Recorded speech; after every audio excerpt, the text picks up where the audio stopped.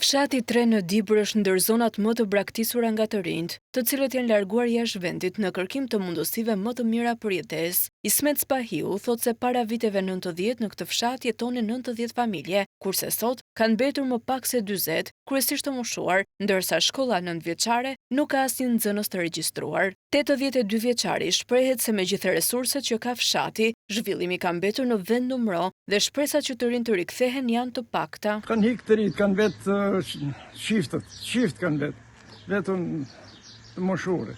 Shkolla ka qenë shkolla fillore, ajo të shi ambyll, ka vetëm kopsht. Nuk shef njerëz, si më para zritë vendi, djemë të ri nuk vinë mo. Ka një të keqe se vinë dhe hekin brezat e ri që janë rritë të shi, i tërhekin. Gjoja për një jetë më të mirë, po nuk e di. Fshati u braktis. Ashtu si në shumë fshatra të tjerë kudo në Shqipëri, edhe në Tren, pamja është e trisht, ku shtëpit janë braktisur e po shkojnë drejt rënimit.